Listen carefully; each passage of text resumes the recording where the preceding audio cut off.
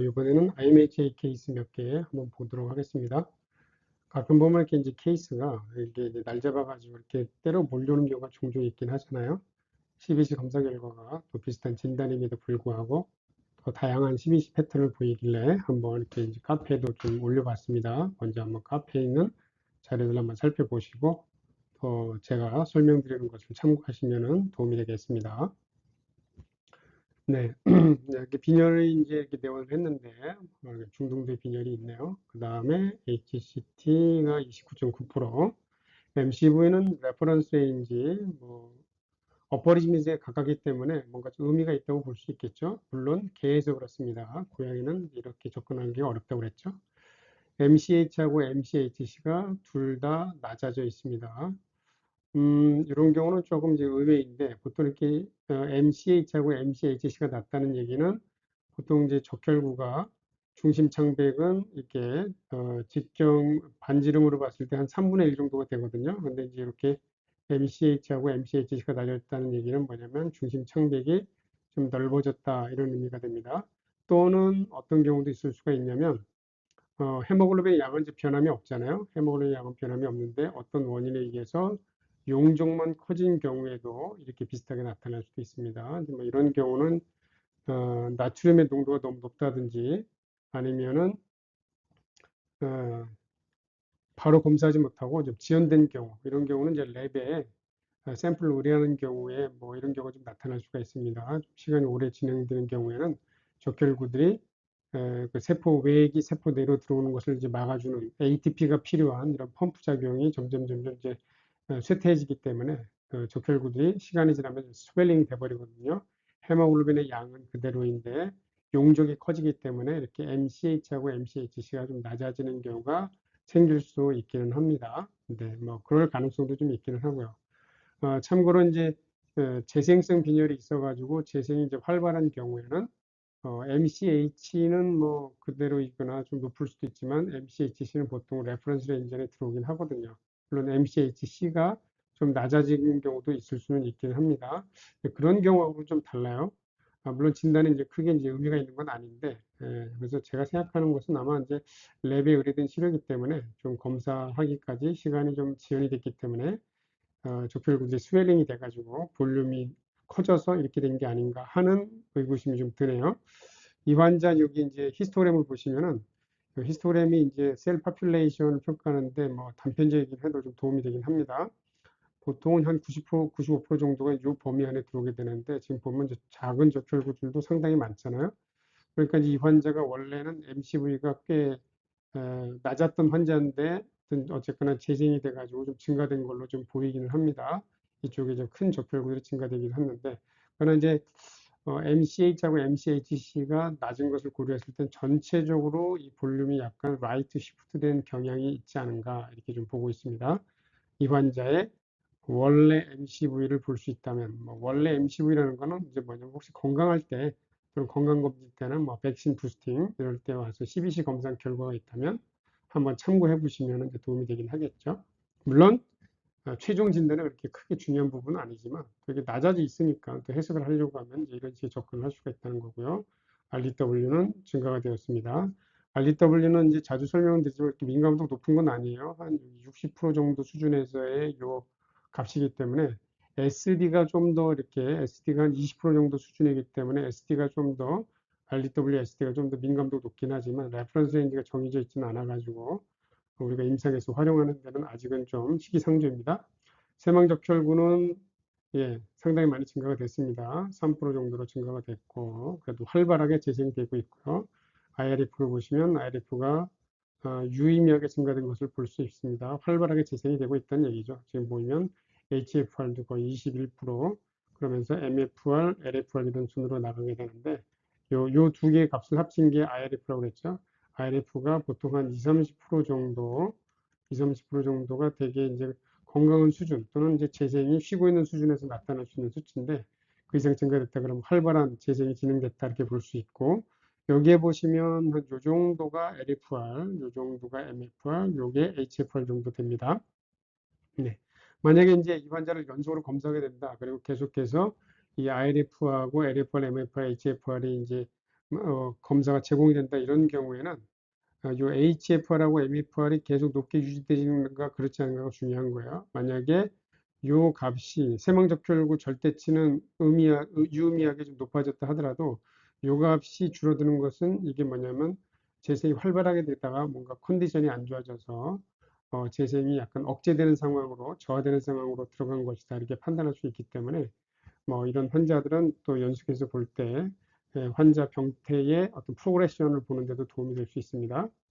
혈소판은 아직은 충분하네요. 물론 이제 IMH 환자에서는 혈소판 또 되게 의미가 크죠. 특히 이제 DIC의 전조가 혈소판의 감소이기 때문에 물론 에반스 증후군이기도 하지만 이 경우는 이제 에반스 증후를 생각할 수 있는 상황은 아니니까 만약에 이제 이 환자가 혈소판이 계속 감소 일로에 있다 그러면 이런 그런 경우라면은 DIC일 수도 있으니까요. 그러니까 사실 이제 빈혈이 심하고 활발한 경우에 혈소판도 떨어져 있다. 어떤 경우는 정상일 경우라도 일단 IMH가 의심되는 경우라면은 DIC 진단을 위해서 AT, PT하고 그 다음에 이제 혈소판을 이제 연속적으로 검사하는 걸 추천드립니다. 혹시 뭐 D다이머도 가능하시면 D다이머도 같이 검사하시면 좋겠고요. 네. WBC는 아직은 참고 보면에 있습니다. 물론 이런 경우에는 이제 CRP를 검사하는 게 좀 더 도움이 될 수가 있죠. 왜냐면은 보통의 경우에 이제 빈혈이 심한 이게 IMH 환자에서 또 호중구가 증가하긴 하지만 어떤 경우는 내원 시점에 이렇게 별로 증가하지 않은 경우가 있습니다. 물론 이 뉴트로필의 상태가 중요하겠죠. 혹시 독성 변화가 있는지 또 밴드셀이 있는지 없는지 또 확인해 봐야 될 일이긴 하지만 간단하게 CRP를 같이 검사하시게 되면은 CRP 정도를 가지고서 그냥 이제 염증 유무를 평가를 하시면 되겠죠. 그리고 IMH 환자라 그러면은 CRP 검사하시는 걸 추천드려요. 그래서 CRP가 2, 3일 안에 유의미하게 떨어지게 된다 그러면은 이제 치료 반응이 좋다 보시면 되고 잘 떨어지지 않고 길게 이제 지연이 된다 이런 경우는 보통 예후가 안 좋거든요. 그러니까 그 다음에 치료가 되고 나서도 CRP를 계속 연속적으로 검사를 하시는 게 좋아요. 한 뭐 1개월 간격이라든지 연속적으로 검사하셔서 어느 순간 다시 또 CRP가 증가하기 시작했다. 그럼 이런 경우는 물론 다른 원인에서도 이제 CRP가 증가될 수도 있지만 IMH 같은 경우는 이제 재발이 될 수가 있으니까 IMHA나 뭐 IMT 같은 이런 면역맥성 질환의 재발 모니터링을 하는데도 또 CRP는 도움이 될 수가 있습니다. 네, 도말표본입니다. 도말표본 보시면 혈소판들이 여기저기 이렇게 또 뭉쳐 있네요. 이렇게 있다는 얘기는 뭐냐면 혈소판이 실제 카운트가 높다 이런 얘기죠. 제가 이제 카페에서 자꾸 가끔씩 이제 말씀드린 게 뭐냐면 아미카신, 그렇죠? 아미카신을 EDTA 전열에다가 섞어가지고 검사하시면은 좀 이 클럼핑 게 이제 풀어지면서 좀 더 실제 가까운 혈소판 값을 얻을 수 있다는 말씀도 좀 드렸죠.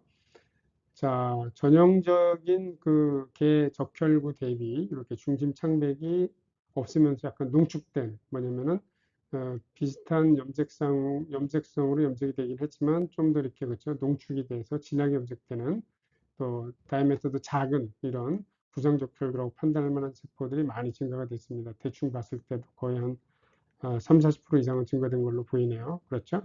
네.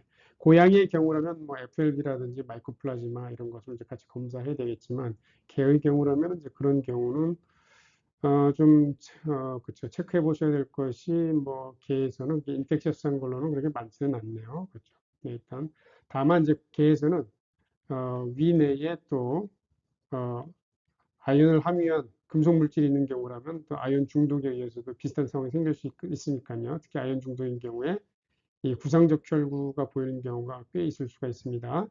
물론 그때는 이제 이 엄밀하게는 구상적 혈구가 아니고 보통의 경우는 이제 편심적 혈구에서 이 멤브레인이 떨어져 나간 그래서 이제 정확한 이름은 피크노사이트라고 했죠.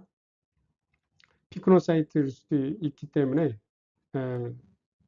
그런데 또 요즘은 이 아연 중독에서도 일정 부분은 또 면역맥에 의해서 빈혈이 생기는 것 같다 이런 얘기를 해서 진짜 구상적 혈구가 보일 수도 있다라고 얘기를 하는 그런 이제 논문들도 있기는 합니다. 어쨌거나 이게 이제 재생이 활발한 경우에 또 이런 경우는 두 번째 케이스입니다. 빈혈이 상당히 심하네요. 그렇죠. 로컬에서 보통 이제 IMH가 의심되는 환자들은 보면 이렇게 이제 심한 빈혈로 내원하는 경우가 많죠.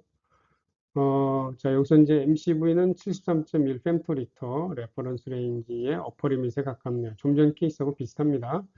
자, 그런데 이제 여기서는 좀 전 케이스 같은 경우에는 이 히스토그램을 보시면은 좀 작은 적혈구들이 좀 많이 있었잖아요. 이 환자는 여기 표준적인 셀 파퓰레이션을 보이는데, 물론 여기 보면은 이렇게 좀 큰 적혈구들 좀 보이긴 하지만 아마 좀 응집이 있을 수도 있을 것 같긴 하고요. 큰 적혈구들 보이긴 하지만 일단은 이렇게 미성숙한 적혈구는 아직 그렇게 충분하게 관찰은 안 되네요. 네. 자, 여기 보시면은 MCH가 어마어마하게 높습니다. 그렇죠? MCHC도 어마어마하게 높습니다. MCH하고 MCHC가 높다는 것은 이게 혈관 내 용혈이 있다는 얘기죠. 자, 혈관 내 용혈. 자, 용혈이 있는 경우에 MCH하고 MCHC가 증가되는 경우, 일단은 용혈이 있으면, 용혈이 있게 되면은 MCH하고 MCHC는 값이 이제 같은 방향으로 높아지게 됩니다.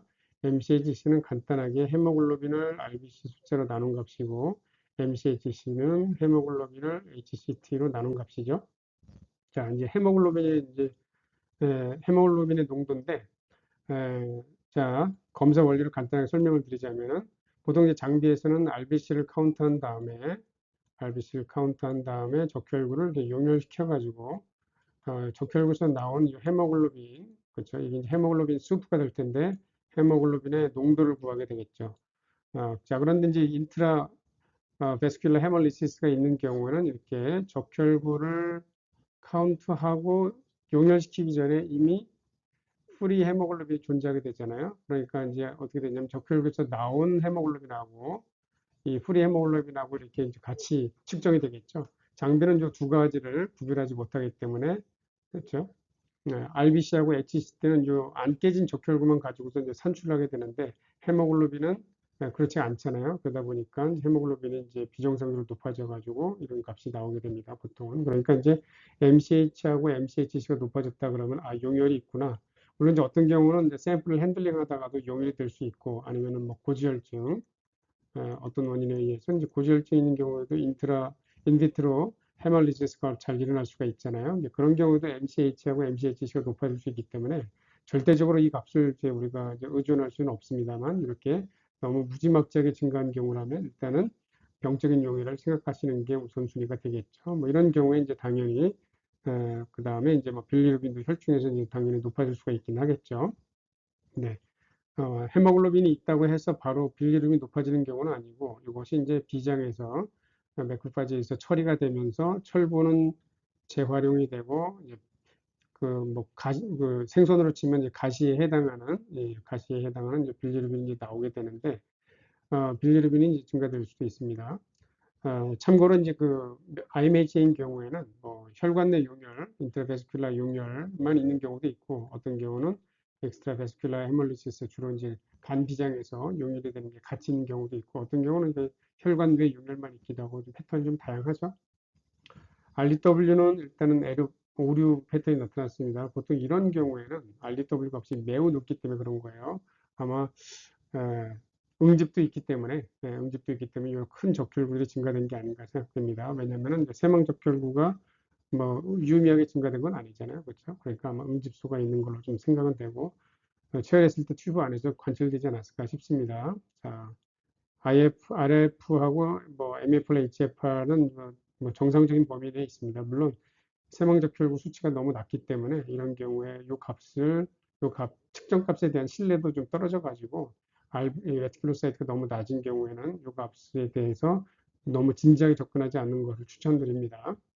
자, 그 다음에 이제 혈소판이 많이 떨어져 있습니다. 항상 DIC를 생각을 해야 되니까. 그렇죠. 물론 에반스일 수도 있긴 하겠죠. 여기 이제 딜레마죠. 이게 에반스냐 아니면 DIC가 시작된 거냐 이게 좀 쉽지는 않습니다. 그러니까 이런 경우에 이렇게 이제 응급 상황이다 그러면 항상 APTT하고 PT하고 D다이머 같이 다 검사를 하셔서 전체 환자 상태까지 보시면서 이렇게 결정을 내리시는 게 좋겠죠. WBC도 증가가 됐고 모노사이트는 보통 뭐 비특이적으로 급성 만성 염증에서 증가를 하게 되죠. 네. 자, 도말표본을 보시면은 일단은 뭐 눈에 띄는 것은 이렇게 연전들이 좀 눈에 많이 띄네요. 그렇죠. 여기저기 눈에 많이 띄고 물론 이제 연전이 심한 걸 수 있긴 하지만 약간 좀 음직소를 닮은 좀 무질서한 이런 세포 클럼핑도 좀 존재하긴 합니다. 그렇죠? 네, 연전이 있다는 것은 여기서 보시면은 앞에 환자하고 다르게 도말표본이 보통 이제 이런 게 이제 도말표본에 또 도말 표본에서 볼 수 있는 배경의 색깔인데 보시면 이렇게 얇게 그렇죠? 연하게 뭔가 좀 덮여 있는 듯한 이런 느낌이죠. 이런 게 보통 이제 글로불린이 증가됐을 때 나타날 수 있는 건데 혹시 혈청 글로불린이 증가됐다 그러면은 뭐 전경동도 한번 하는 것을 추천을 드립니다. 여기 보시면은 이제 온전한 세포들이 별로 없어 보이네요. 그렇죠? 대부분 다 이렇게 구상적 결구로 보이가 되고 거의 90% 이상이 다 구상적 결구로 좀 생각이 되는 그런 상황이네요. 그 다음에 이제 혹시 뭐, 자, 이렇게 이제 적혈구에 이렇게 점들이 이제 붙어 있는 것은, 마이코플라즈마 헤모케니스 가능성도 있긴 하니까, 뭐, PCR에서 한번 룰인을 하든지 룰아웃을 하든지 한번 해보실 필요가 있습니다. 물론, 재생이 이제 활발한 경우라면, 뭐, 파펜하이머 바디라든지, 그렇죠? 파펜하이머 바디라든지, 뭐, 베이소필릭 스티플링, 예, 베이소필링 스티플링은 이제 뭐 핵 잔여물이고요. 파페나면 바디는 비정상적인 철분 과립인데 이런 것들이 재생이 활발한 경우에는 가끔씩 관찰될 수는 있습니다. 이 환자는 지금 재생이 활발한 상황이 아니기 때문에 이런 것들이 있는 경우에는 한번 마이코플라즈마 헤모케니스 같은 것도 체크해 보실 필요가 있습니다. 특히나 원래 비장이 제거된 환자라든지 면역이 저하된 환자다 그러면은 이 마이코플라즈마 헤모케니스에 촉발되어서 IMH가 발생할 수도 있기는 하니까요. 한번 체크해 보시고요. 그 다음에 여기 보시면은 이렇게 이런 적혈구들도 있네요. 그렇죠? 이게 적혈구야 싶긴 하지만 적혈구입니다. 왜냐면 보는 각도가 달라서 그렇죠. 이것도 이런 적혈구들도 이렇게 세워놓고 보면은 모로 세워놓고 보면 이렇게 볼 수가 있습니다. 다르게 말씀드리면 물구나무 쓰고 있는 적혈구다 생각할 수가 있는데 이렇게도 볼 수가 있어요. 워낙 세포가 작다 보니까 도말하다 보면은 이런 식으로 관찰되는 경우도 있을 수 있습니다. 네, 다음 케이스입니다. 역시 빈혈이 매우 심하네요. 그 다음에 MCV가 이 경우는 상당히 높아져 있습니다. 네, 그 다음에 MCH도 높고 MCHC는 오히려 좀 낮아져 있는 상태네요. 항상 MCH하고 MCHC는 같은 방향이라고 그랬죠. 그러니까 무슨 얘기냐면은 MCHC는 좀 더 낮았는데 오른쪽으로 이동을 해서 이 정도까지 나타났다 이렇게 보시면 됩니다. 네, 보통의 경우는 재생이 활발한 경우에는 MCHC는 좀 낮을 수 있다고 그랬죠. 세망적혈구의 헤모글로빈의 양은 정상하고 비교해 보시면 정상 적혈구들하고 비교해 보면 좀 비슷한 수준이거나 아니면은 좀 더 많을 수도 있습니다. 그렇기 때문에 이제 이 세망적혈구들의 MCH나 MCHC는 뭐 비슷하든지 아니면 이제 살짝 높든지 이렇게 되고 MCHC는 보통 이제 레퍼런스 레인지 안에 있거나 아니면 이거보다 조금 낮을 수가 있습니다. 결과적으로 정상 적혈과 합쳐지게 되면은 보통 MCHC가 좀 낮은 경우가 많죠. 재생이 활발한 경우에는. 네, 그럼에도 불구하고 여기서는 어쨌거나 MCH가 레퍼런스 레인지보다 증가가 됐기 때문에 좀 용혈도 좀 있다라고 생각할 수는 있습니다. 그런데 물론 이제 좀 전 케이스처럼 극단적으로 높아진 경우가 아니다 보니까 이걸 가지고 그 용혈을 설명하기는 사실은 쉽지는 않겠죠. 그러나 용혈이 있다고 볼 수 있는 겁니다. 이 경우에도. 물론 이제 이 정도의 용혈이라면은 뭐 밥을 먹지 않아 가지고 고지혈증 있는 경우에도 아까 말씀드렸죠. 이제 용혈이 될 수도 있다고 그랬잖아요. 또는 뭐 시료를 이제 핸들링하는 과정에서도 좀 용혈이 좀 약간 될 수도 있고 그런 경우도 이 정도는 얼마든지 높을 수 있으니까 좀 임상적인 의미를 부여하기는 좀 조심스러운 면이 있기는 하겠죠. 참고하시고. 자, 그 다음에 이제 RDWSD가 상당히 높기 때문에 이렇게 오류 패턴이 났는데 그 히스토그램에서 보시면 보통 이제 이 정도 사이에 들어오게 되는데 전체적으로 라이트 시프트가 됐고 그 다음에 아까 한 20% 정도 수준이라고 그랬죠. 이 20% 정도 수준에서 폭이 상당히 높아지기 때문에 RDWSD가 좀 난감한 상황인 거죠. 그 다음에 RDW CV가 한 이 정도 상황 역시 이제 좌우로 이제 벌어졌기 때문에 높아진 것을 알 수가 있습니다. 그 다음에 이제 세망적혈구가, 자, 세망적혈구가 이렇게 증가가 됐네요. 그렇죠? 상당히 많이 증가가 됐습니다. 그 다음에 전체적으로 퍼센트는 7.9%. 전체적으로 이제 적혈구 수가 전체적으로 낮기 때문에 비율은 이제 좀 더 높을 수가 있는 건데, 어쨌거나 뭐, 레퍼런스 레인지 이상 증가가 됐으니까. 그 다음에 이제 ILF가 50%니까 어때요? 이제 활발하게 재생 반응이 있다는 얘기죠. LFR이 50%, MFR, HFR 보시면은 특히 HFR에서 많이 높아진 것을 볼 수 있습니다. 여기서 보시면은 이 부분이 지금 많이 높아진 거고 이 부분이 증가되어 있다는 얘기는 ongoing LH 포에시스가 있다 이런 얘기가 되는 거죠. 혈소판 상당히 높습니다. 자, 혈소판이 이렇게 많이 높으니까 DIC는 생각하지 않으실 수도 있는데 DIC 경우에는 이렇게 높은 값 안에서도 레퍼런스 레인지 안에도 연속 검사에서 감소한 추세다 그러면은 이게 DIC를 의미하는 것일 수 있기 때문에 응급 상황이고 리스크가 있는 질환이다 그러면 항상 디다이머에 대한 또 이제 염두를 해두시고 또 필요한 검사를 같이 병행하는 것을 추천을 드립니다. 그 다음에 이제 WBC도 증가가 됐고 단핵구도 뭐 비트기적으로 증가됐고 항상 CRP 잊지 마시고요. CRP 검사도 해보시기 바랍니다. 자, 도말표본을 보니까 뭐 여기 이렇게 농염적 혈구들이 이렇게 여기저기 쉽게 관찰이 되네요. 그렇죠? 네, 쉽게 관찰이 되고. 자, 여기서 이제 한 가지 주의하실 건 뭐냐면 이런 거 가끔 이제 도말표본에서 이렇게 이제 인공물로서 이런 식으로 염색약이 살짝 이렇게 농축되어서 구형으로 이렇게 농축되는 경우가 있어가지고 이게 농염적 혈구가 생각할 수 있는데 이 농염적 혈구가 아니죠, 그렇죠? 잘 보시면 혈구하고는 좀 느낌이 다릅니다. 주의하시고. 그 다음에 이제 뭐 호중구들 뭐 그렇게 상태가 썩 나빠 보이진 않습니다. 무슨 얘기냐면 독성 변화는 그렇게 그쵸 뚜렷하게 관찰은 되지 않습니다. 레프트 시프트는 감별계선 해봐야 되겠지만 좀 있을 가능성이 있어 보이고요. 네, 살짝 좀 모양이 다르죠. 개에서는 단핵부가 밴드셀처럼 이제 보이는 경우가 있어가지고 좀 주의가 좀 필요하기도 하고 그렇습니다. 이런 거는 단핵부로 좀 볼 수 있고요. 네. 그 다음에 이제 이렇게 뭐 작고 농축된 이런 이제 구성적 혈구로 판단할 수 있는 셀들이 상당히 많이 증가가 되었습니다. 그 다음에 혈소판이 여기 또 이렇게 클럼핑이 되어 있고요. 이렇게. 그렇다면 이제 실제 혈소판 수는 이제 더 높다는 얘기인데, 하여튼 이렇게 높은 경우에도 DIC 가능성이 얼마든지 있을 수 있는 거니까 연속 검사 꼭 잊지 마시고, 임상 소견 고려하시고 관련된 검사를 하셔서 진행을 하시는 게 좋겠습니다. 그 다음에 여기서 보시면은 이제 몇몇 세포들 좀 눈에 띄는데요, 이렇게 그렇죠?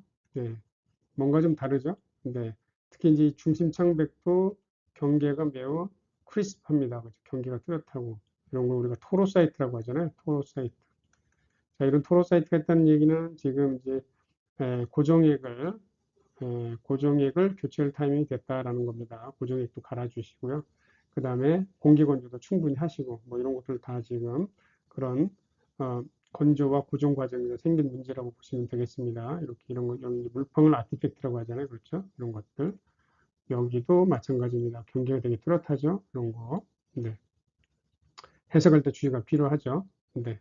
도말 고정액 관리 그 다음에 충분히 빨리 건조시키는 거. 네, 마지막 케이스입니다. 자, 일단은 보시면은 빈혈이 상당히 심합니다. 그렇죠? 네 케이스 중에서 가장 빈혈이 심하네요. 그 다음에 MCV는 레퍼런스 레인지보다 살짝 높습니다. 살짝 높네요. 그 다음에 MCH하고 MCHC는 상당히 증가되었습니다. 두 번째 케이스처럼. 그러니까 이제 뭐냐면 이 환자도 지금 인트라베스큘러 헤몰리시스가 있다라고 볼 수가 있고, 보통 이제 이렇게 혈관 내 용혈이 있는 경우에는 보호자들은 이제 피오줌을 싼다고 해서 어떻게 보면 이제 금방 또 알아볼 수가 있잖아요. 그렇지 않은 경우는 뭐 구토라든지 뭐 기력자라든지 이런 증상이다 보니까 좀 놓칠 수도 있는데, 피오줌을 싸니까 아무래도 이게 충분히 재생이 일어나지 않는 경우에 이렇게 병원에 내원할 수도 있을 것 같아요. MCV가 레퍼런스 레인지보다 살짝 높기는 하지만 세망적 혈구 의외로 매우 낮습니다. 그렇죠? 매우 낮고, 네. RBC 전체 숫자가 이제 너무 낮아져 있기 때문에 뭐 세망적 혈구 별로 안 되지만 1.59%나 되는데 이건 이제 전체적 혈구 얼마 안 되니까 그러겠죠.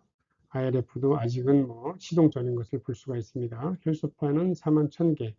항상 뭐 DIC 가능성 너무 지겹게 말씀드리지만 꼭 염두에 두시고요. 그 다음에 이제 백혈구도 아직은 뭐 시동이 안 걸린 것 같습니다. 그러나 이제 림프가 감소했다는 얘기는 지금 급성 염증의 스트레스 상황이다라는 것을 알 수가 있고요. 스트레스가 있으니까 이제 뭐 이런 경우에 또 후상구도 뭐 낮아질 수도 있는 거긴 하잖아요. 네. 그렇다고 해서 이제 전형적인 또 스트레스 패턴은 아니죠. 네. 자, 히스토그램을 보시면은 히스토그램 여기 레퍼런스 레인지 안에 대부분 들어와 있지만 좀 큰 게 좀 관찰은 되는데 글쎄 뭐 응집수가 있어서 그럴지. 근데 이 검사 수치로 봤을 때는 그죠? 뭐 그냥 워낙 이 개체에서 적혈구들이 좀 큰 걸 수도 있고요. 물론 또 여기서 좀 복잡하게 얘기가 들어가다 보면 이 샘플이 이제 병원에 내원한 시점이 언제냐가 중요한 건데 체열한 후에 그죠? 체열하고 나서 이 랩에 도착을 해가지고 검사 시점까지 요 사이 시간이 좀 지연이 됐다 그러면은 이런 경우에는 적혈구가 아까 말씀드린 것처럼 좀 스웨링이 돼서 MCV가 좀 높아질 수도 있다 그랬다고 그랬죠. 물론 이런 경우는 이 경우는 지금 용혈도 있기 때문에 그것을 어느 정도인지 우리가 산정하기는 어렵기는 하잖아요. 근데 원래 이 정도 수치일 수도 있고 뭐 좀 높아질 수도 있겠다. 근데 사실 이런 얘기는 말씀드리지 않는 게 좋은데 그렇죠? 말씀드릴수록 더 헷갈릴 수 있으니까 중요한 것은 지금 이제 예, 중요한 것은 이렇게 세망적혈구는 얼마 없긴 하지만 MCH하고 MCHC가 너무 병적으로 높기 때문에 지금 최소한 용혈성 빈혈이다라고 진단할 수는 있다는 얘기죠. 그리고 재생은 아직은 전 단계다 이렇게 말씀드릴 수가 있고 WC 변화도 아직은 이제 시행착오니까 꼭 CRP 검사하는 거 잊지 마시고요. 자, 도말 표본을 보시면은 도말 상태가 그렇게 좋지는 않네요. 다만 이런 식으로 응집소라고 할 만한 응집소들이 이렇게 좀 관찰은 됩니다. 그 와중에 호중구는 깨끗하죠. 네, 아직 독성 변화나 이런 건 보이지 않습니다. 이런 게 미성숙한 적혈구로 보이기는 하는데요. 네, 그 다음에 이렇게 응집되어 있는 거 아마 이런 것들 때문에 아까 히스토그램을 보시면은 이런 식으로 이쪽에 이제 증가가 된 것이 이렇게 작은 응집소들 때문에 이렇게 높아진 게 아닌가 생각이 드네요. 그 다음에 이렇게 이제 응집소라고 할 만한 것. 아마 이제 튜브에서는 튜브 체열했을 때는 이 튜브 벽면에 이렇게 응집소들이 많이 관찰되지 않았을까 이런 생각이 좀 들기는 하네요. 고양이의 경우에는 빈혈이 없는 경우에도 튜브 안에서만 EDTA 튜브 안에서만 응집소들이 관찰될 수도 있어서 주의가 필요하다고 했죠. 그래서 이제 헤파린 전혈을 다시 뽑아가지고 응집되는지 안 되는지 확인할 필요가 있다고 그랬는데 개에서는 이제 그런 경우는 없고, 근데 하여튼 뭐 응집소들이 아마 보였을 것 같긴 하고, 그 다음에 인트라베스큘라 헤몰리시스가 의심되는 그런 환자였습니다. 네, 이렇게 해서 IMHA 환자인데 CBC 패턴이 좀 다양한 한 4케이스를 한번 좀 살펴봤습니다. MCH하고 MCHC가 극단적으로 높은 경우에는 용혈성 빈혈의 진단으로 삼을 수가 있고 인트라베스큘라 헤몰리시스의 근거로 삼을 수도 있다 이렇게 좀 말씀을 드렸고요.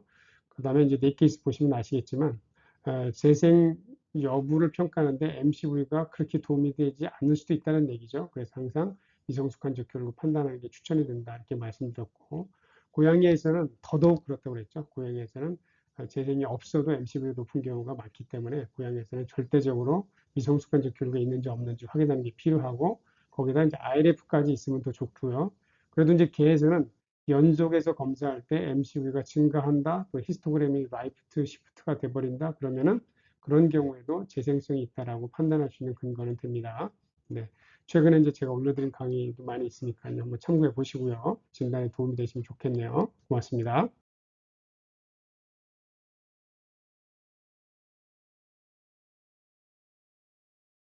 결국에서는 되게 중요합니다.